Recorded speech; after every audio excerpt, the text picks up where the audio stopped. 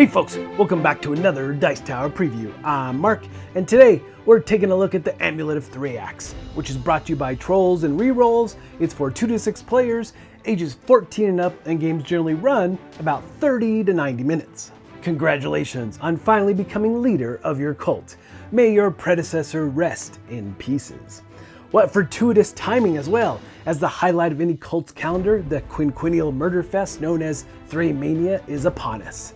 As the leader of one of these eccentric cults, you'll be rampaging through the dystopian fantasy city of Bleakpyre, harvesting the souls of decadent nobles and selfish peasants with every outrageous tool at your disposal.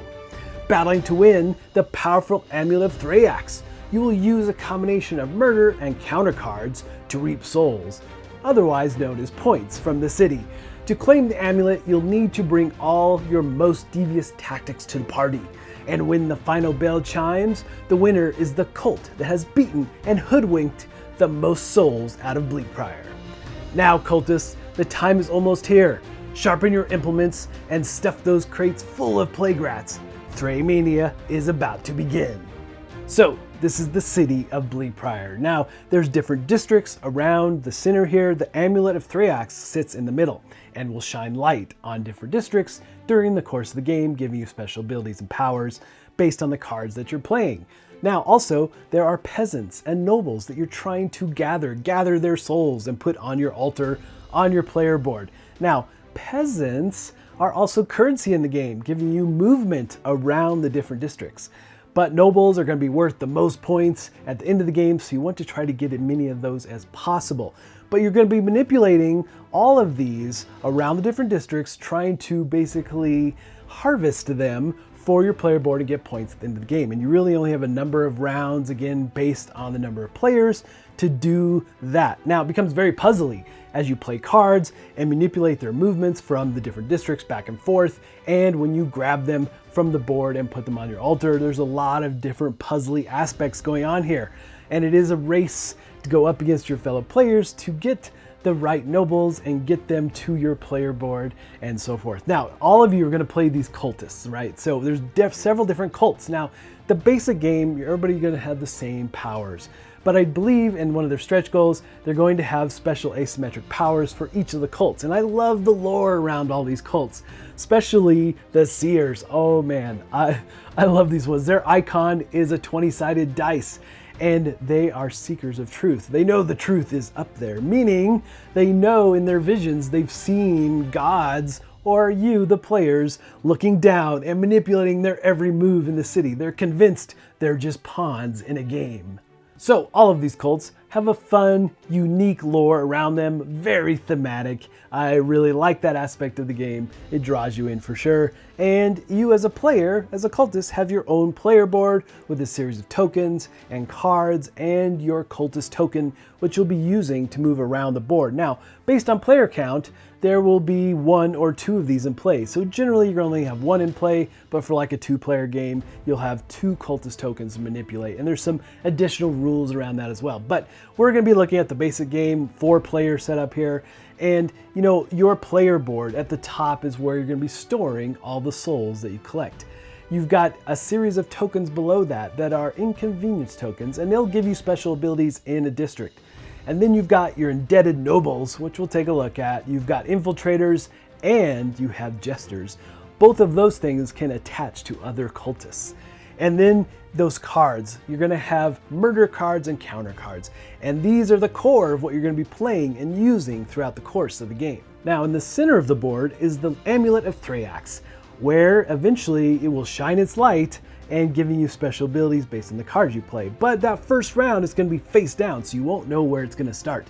And you'll see that this is where you'll be tracking your rounds. You'll also have a couple tokens for changing its direction that it spins each round, as well as stopping it from moving at all. Now, those tokens are manipulated again from the cards you're playing.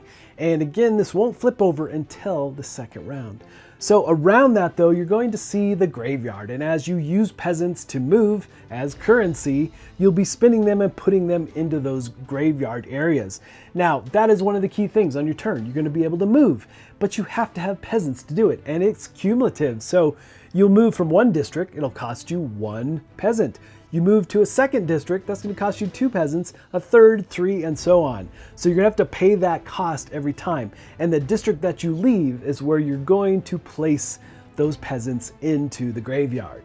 So moving is key in order to set yourself up for success in a lot of the different districts. Now, in the different districts, you'll see there are icons at the bottom that are locks. You have a red one and a green one for protected and unprotected areas. And that's key to how you're manipulating and moving the nobles and the peasants around in order to harvest them based on the cards that you have in your hand. Which means you always have 6 cards. 3 from the counter deck and 3 from the murder deck. Now, on your turn, you have to play one of each or burn one of each. So burning cards in this game is actually a key part of it, because that's how you invoke and manipulate and move around the different types of inconveniences. These are tokens off your player board that work very similar to the cards in your hand, which we're going to take a look at next. And those will be placed at the bottom of district. But beware, when they are in play, it will perhaps benefit all the cultists that are in that particular area. And if you burn a murder card, it does allow you to pull 2 peasants from an unprotected area of that district. So you'll put them on your altar. Now, the cards that you're going to be playing, the first and foremost, the big thing here is that you have a targeting wheel. And every area that's blue will be the areas you can affect based on what this card tells you to do.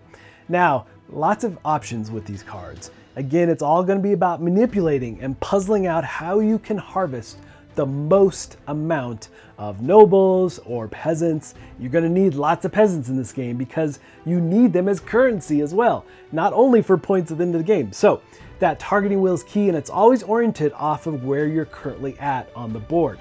So it might be where you are specifically, it might be adjacent areas that you're targeting, or it could be the entire district. Everywhere in the city gets targeted.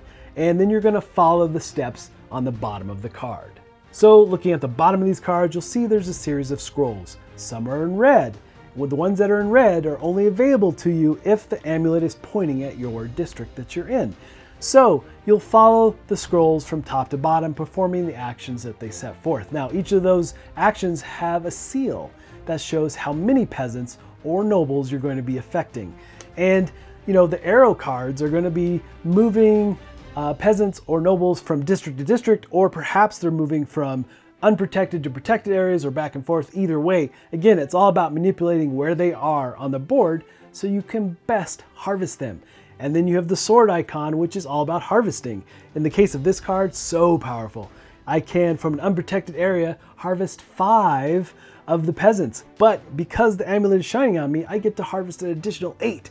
So lots of powerful cards that way. Now there's some other options as well, like affecting the amulet. There are tokens that will change its direction and also stop it from moving. So you can affect those tokens, flipping them over.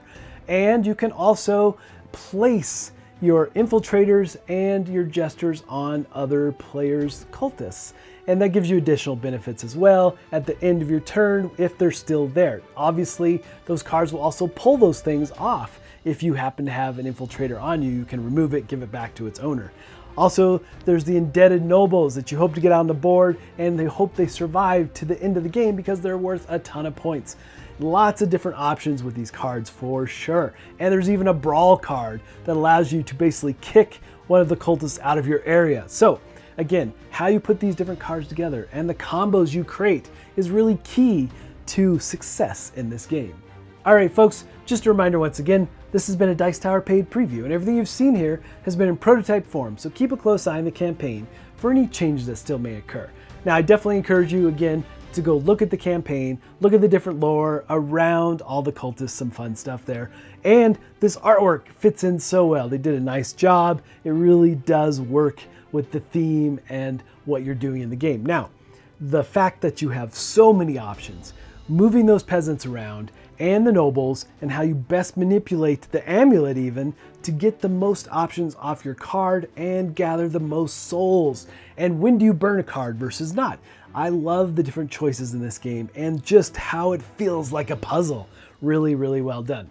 But folks, ultimately, if this looks like something of interest to you, I'm sure they'd appreciate your support. So I think that's it from me, and until next time, we'll see you at the table.